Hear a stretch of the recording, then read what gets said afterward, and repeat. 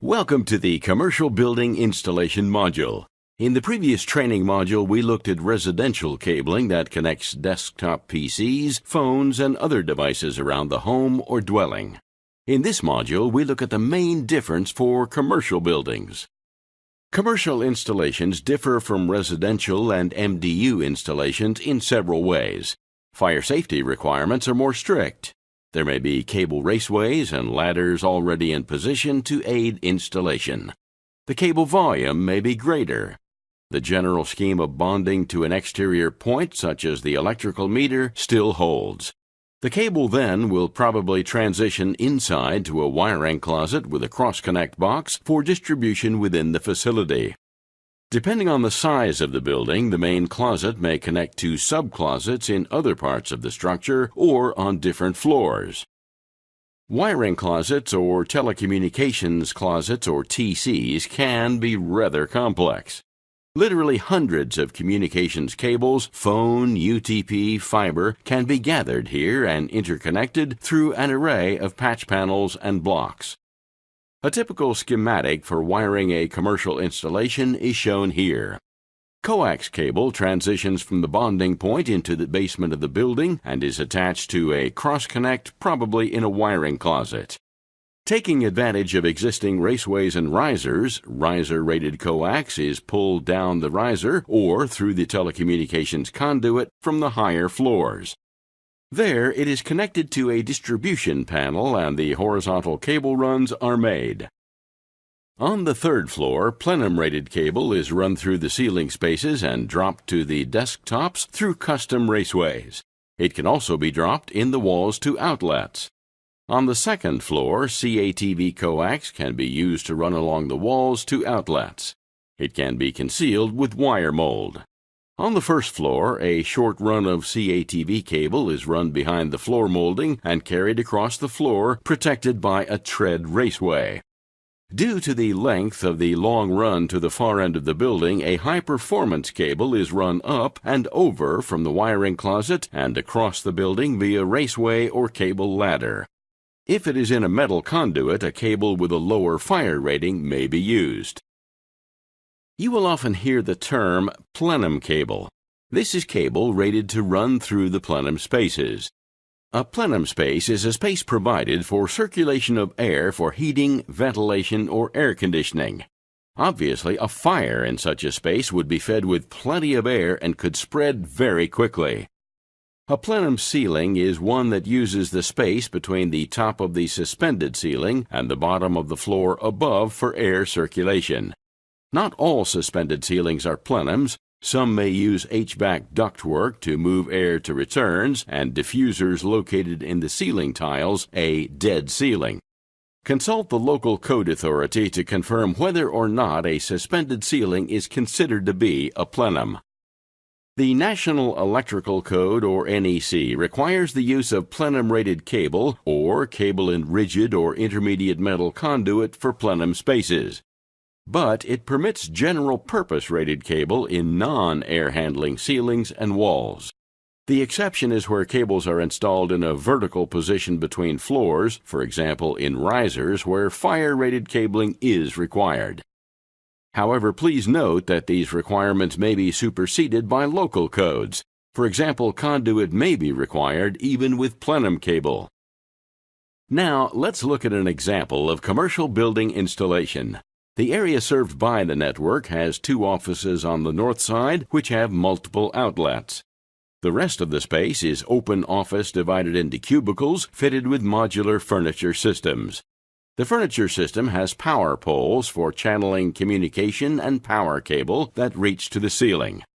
The plenum ceiling has fluorescent lights as shown by the yellow rectangles in the diagram. A good plan is to use a conveyance, such as ladders or trays, to carry cables to the cubicles and then drop it down the power poles. The layout shown avoids placing cable over fluorescent lights. The offices and video camera can be addressed with J-hooks supporting the cable dropped from the main conveyance.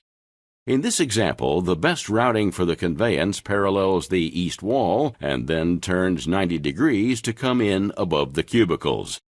Whenever possible, cable is placed so that it crosses power lines at 90-degree angles.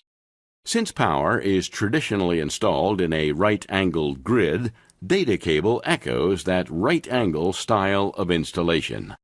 As noted, there are several different conveyance systems available. Install and ground conveyance ladders and trays per the manufacturer's instructions. Individual J-hooks do not need to be grounded. Plan to start with the longest route, which in this case is the cable to the security camera. Locate helpers on ladders along the planned path, especially where the cable will turn to follow the conveyance if bull wheels are not being used at the angles of the conveyance. While the customs of structured cabling indicate that all cable should be routed along the main conveyance, it sometimes makes sense to bring a cable directly to its termination point by an alternate routing. Here, the CCTV camera is off the main cable routing, and following the main route would result in a long cable run. Therefore, this camera can be served by cable supported on a series of J-hooks. See dotted line in the diagram. If several cables are being pulled to a single outlet, pull all of those cables at once. If not installing a bundled or hybrid cable, use electrical tape or a grouping mechanism to bring the cable ends together to ease pulling and cable organization. Before any cable is pulled, use a permanent marker to clearly write the intended location, for example 2A-A01 on the cable and on the box and reel. Do this at the end of the cable, again about a foot from the end, and a third time about a meter from the end. This is an informal method of marking the cable during the pull. TIA 606 standards require that the final labels be mechanically generated. With the reel paying out over the top, feed the cable up and along the conveyance. Use chutes, curved plastic guides, although a flap from a cardboard box will do in a pinch when necessary to protect the cable being passed over the top of walls. Using helpers, place and pull the cable along the conveyance. Be especially careful around bends and near sharp edges. Do not exceed minimum bend radii or the maximum pulling tension for the cable. Pull enough cable to reach the planned outlet, including the cable to be dropped down to the outlet, plus another 0.5 meters or 18 inches of copper, or another meter or about 3 feet of fiber for connectorization. At the telecommunications room, pull enough cable to reach from where the cable enters the telecommunications room to the furthest corner of the room via the conveyance and down to the floor, plus another 3 meters or 10 feet. Label the cable with the same notation used to mark the pulled ends. Then evenly cut the cables between the notation and the box or reel. Once all the cables have been pulled, cable ties may be used to secure the cable to the conveyance. The floor plan should indicate where outlets are located. Carefully check the area for any possible obstructions such as wall studs, plumbing, or electrical wires. Once the outlet location has been established, prepare to cut the holes. Data outlets should be located at the same height and orientation as the electrical outlets. 1. Mark the location. If box eliminators are allowed, a telecommunication outlet will consist of the mounting bracket, the feet which hold the bracket in the wall, and a faceplate. Use a stud finder to locate and avoid any studs. Using the mounting bracket as the template, trace a cutting pattern on the drywall. Check the orientation, vertical or horizontal, of the other outlets in the room and match them. Make sure the planned cut is plumb by using a level. 2. Cut the opening. Using a drywall knife, utility knife, or saw, cut the opening. Do not install the bracket yet. The sharp edges may damage the cable during pulling and installation. 3. Drop the cable. Drop or fish the cable through the hole. Leave enough slack for connectorization. 1/2 meter, 19 inches for copper cable, and 1 meter or 39 inches for fiber optic cable. Once the cable has been pulled into place, install the bracket and terminate the cable. Most open-area office systems use wall systems with drywall or wallboard attached to metal studs. These systems allow access into the wall cavity through holes in the cap of the wall. Be sure to fit any hole with a grommet to prevent cable damage.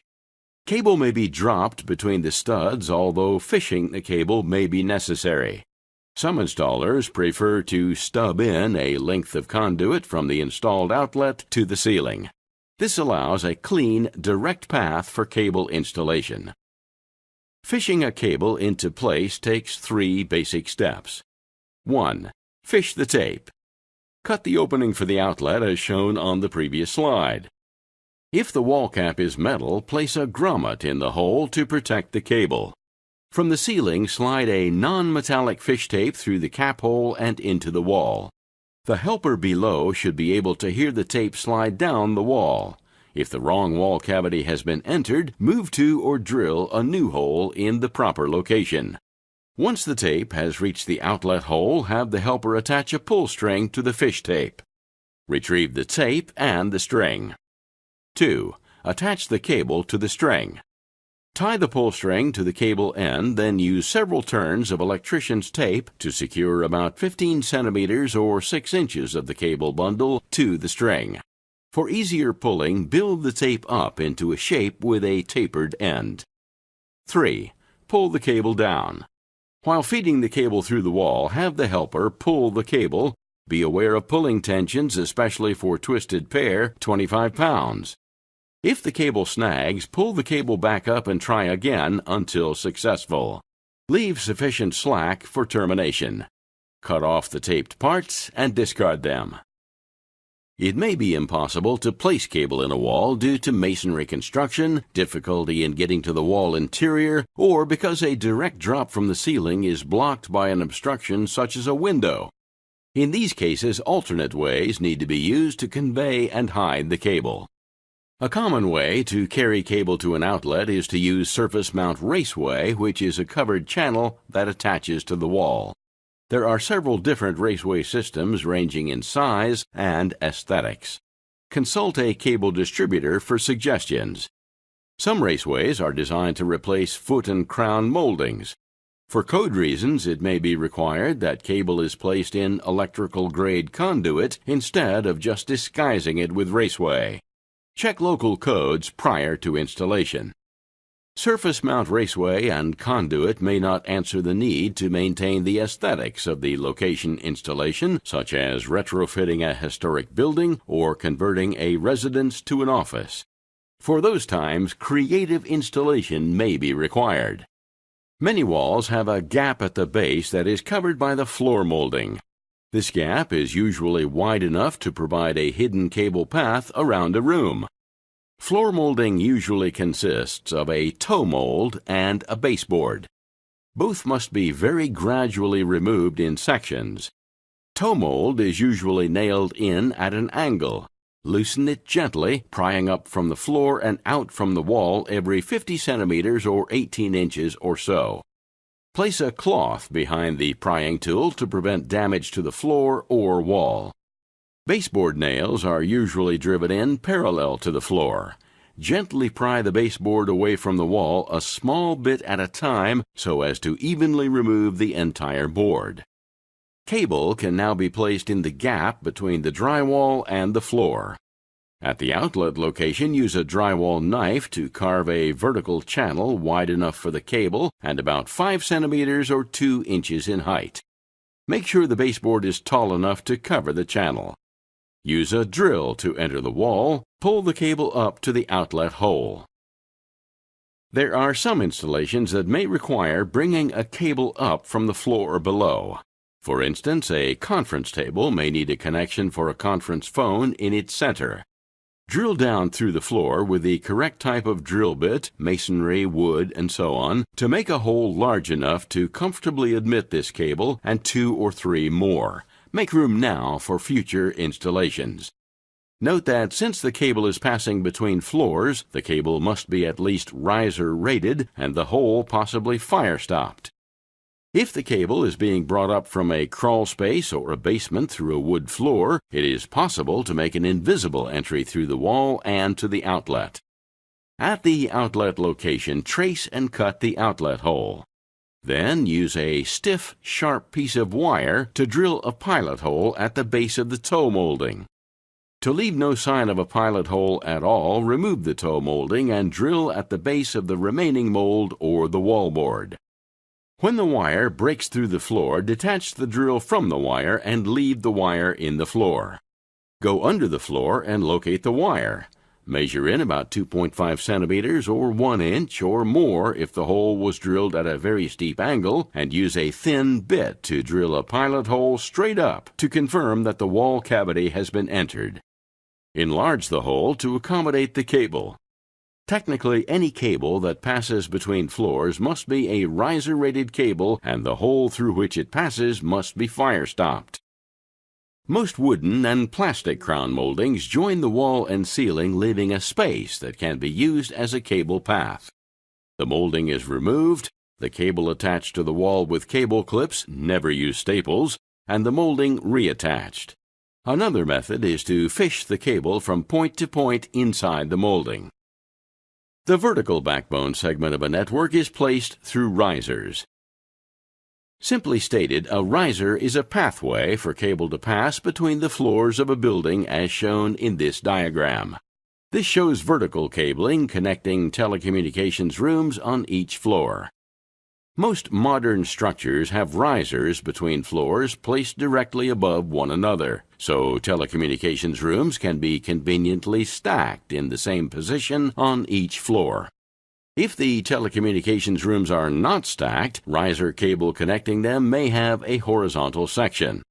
The sections will be supported by a conveyance in the ceiling or by one of the other methods used for placing horizontal cable. Alternatively, it may run under the floor. In the case of a backbone cable traversing through a plenum ceiling, this must be plenum rated for its entire length. Alternatively, it can be installed in metallic conduit or whatever containment is demanded by local codes. Trade-size vertical conduits and sleeves are 103 millimeters or 4 inches in diameter. TIA 569B calls for 4 sleeves or conduits plus 1 sleeve or conduit per 4,000 square meters, 40,000 square feet of usable floor space. Their locations must be approved by a structural engineer. As an alternative, 1 slot of 0.04 square meters, 60 square inches is permitted for the same floor space. Its location must also be approved by an engineer. Prior to boring holes or cutting slots in floors, always consult a structural engineer. There are X-ray and other detection devices that can be used to locate rebar within the concrete so they can be avoided when boring. Riser cable should be supported by a ladder or another type of conveyance, especially in the case of stacked telecommunications rooms. These support the weight of the cable and avoid tensile stress that could damage their performance. Attach the conveyance to the wall or floor to the manufacturer's instructions, and remember, all conveyance must be grounded to a telecommunications bus bar. The way to do this is specified in the ANSI Standard 607. This same bus connects and earths all equipment racks and equipment in the telecommunications room. Backbone cables can be pulled through the riser from the top or the bottom. The weight of the cable is a factor in deciding the method used. Riser backbone cables vary greatly in weight. While 30 meters of 6-fiber triathlon cable weighs 0.7 kilograms, 1.7 pounds, the same amount of a 100-pair voice-grade copper cable weighs about 23 kilograms, 50 pounds. It is preferred to pull the cable from the top down using the force of gravity to help the process. But the weight of the cable or the size of the reel may make it impossible to transport in the elevator if there is one. If this is the case, then cable can be pulled from the bottom up.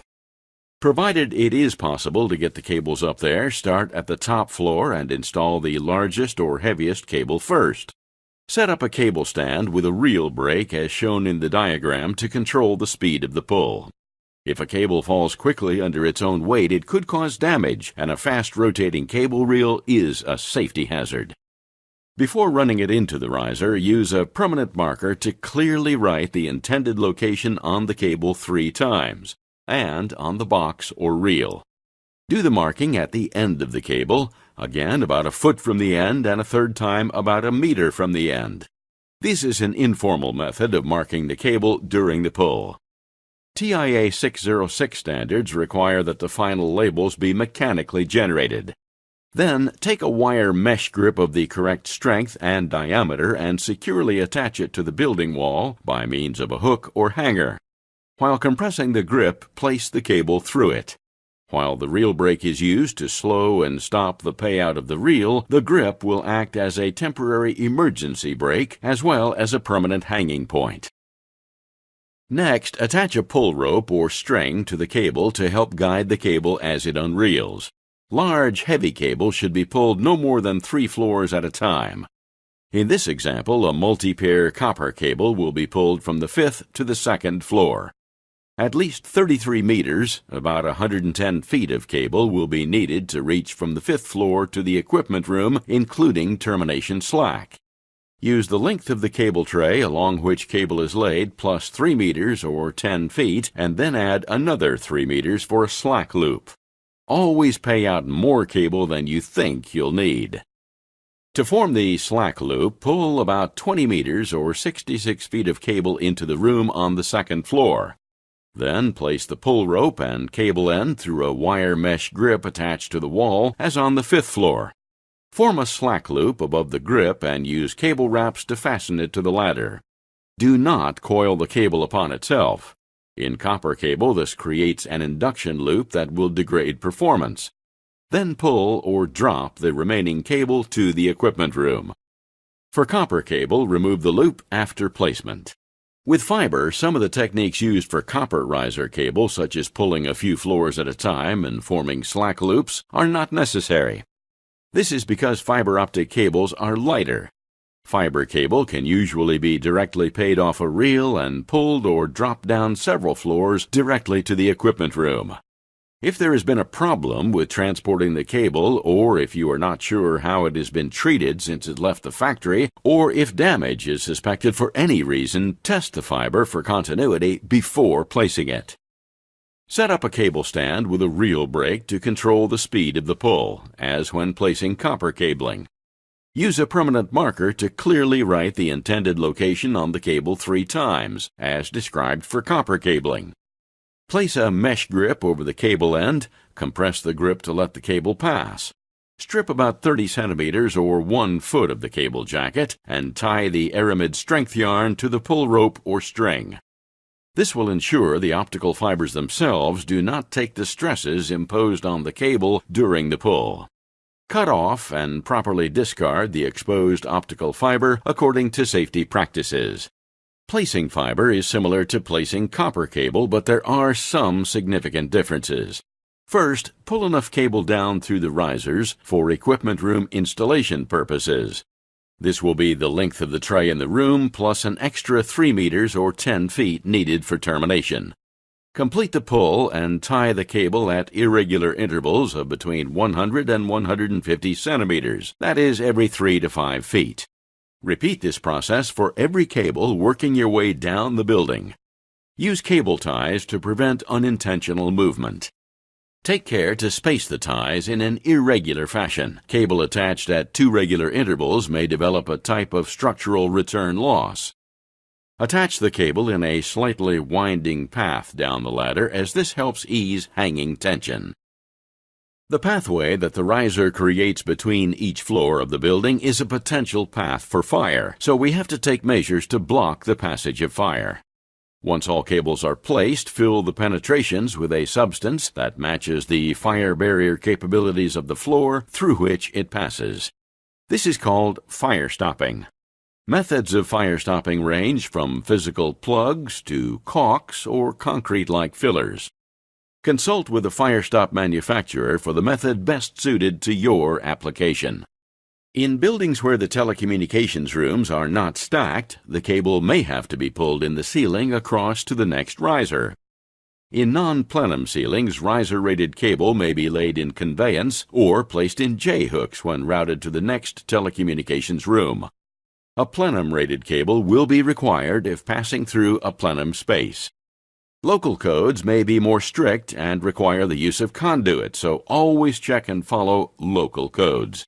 A riser does not necessarily have to go through a telecommunications room.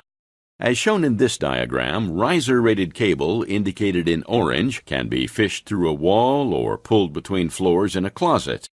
However it is routed, riser cable must always be properly supported and secured. If alternative routes are used, make sure the cable is not exposed. To prevent damage, protect it with surface mount raceway or a similar product, or use conduit. Be aware that local codes may require the use of metal conduit. Always be sure to fire stop all the risers once the cable has been installed, according to the fire stop manufacturer's instructions. Label the cable as telecommunications cable at least every 1.8 meters or 6 feet where it enters and leaves the fire stop. In some buildings, conditions may require that cable, as shown by the black dotted line on the diagram, be installed on the outside of the building. Check local codes on this and get the building owner's permission prior to installation. For outside risers, you must use an indoor-outdoor fiber cable with a riser rating. However, a non-listed outdoor cable may be used if no more than 50 meters or 50 feet of cable enters the building. The drilled hole to the exterior must be slanted so that it is higher on the inside than the outside to avoid water ingress. Also, place a grommet or a piece of PVC pipe or duct in the hole to help protect the cable. Repeat this process when drilling and lining the hole where the riser re-enters the building. Pay close attention to cable bend radii in this kind of pull. Pull the cable inside, being careful not to exceed its pulling tension or bend radius. Form a 360-degree cable drip loop outside the hole and then use silicone caulk to make the hole watertight. This table illustrates the advantages and disadvantages of the main backbone conveyances methods. That completes the Commercial Building Installation module. Thank you.